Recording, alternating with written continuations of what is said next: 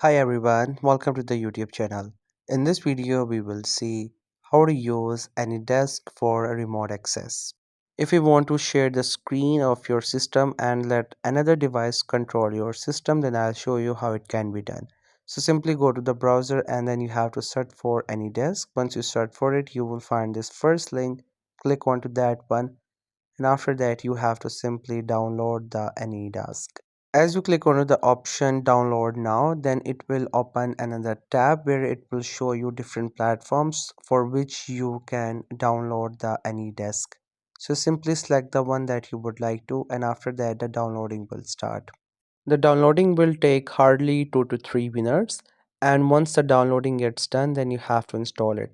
So it will open this window, then you have to click on this option for the installation. This will again take like 1 to 2 minutes. Then it will ask you to install one of its launchers, so you have to simply install it as well, because without it you would not be able to get access to another PC. And once it gets done, then you will get to this interface. Then you have to simply click onto this option for register. If you already have an account, then you can log in as well. So simply choose any one of these options, and after that you have to get to this page.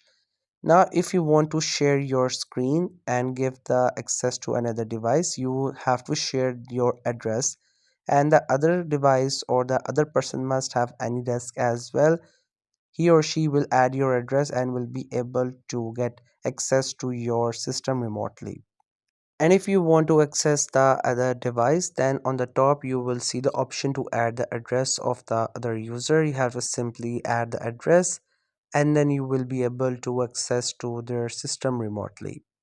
So that's how you can use AnyDesk for remote access. I hope you find this video helpful and informative. Make sure to subscribe to the YouTube channel for more informative videos and updates. You can leave a like, comment. If you have any queries, feel free to ask. Thank you so much for watching the video.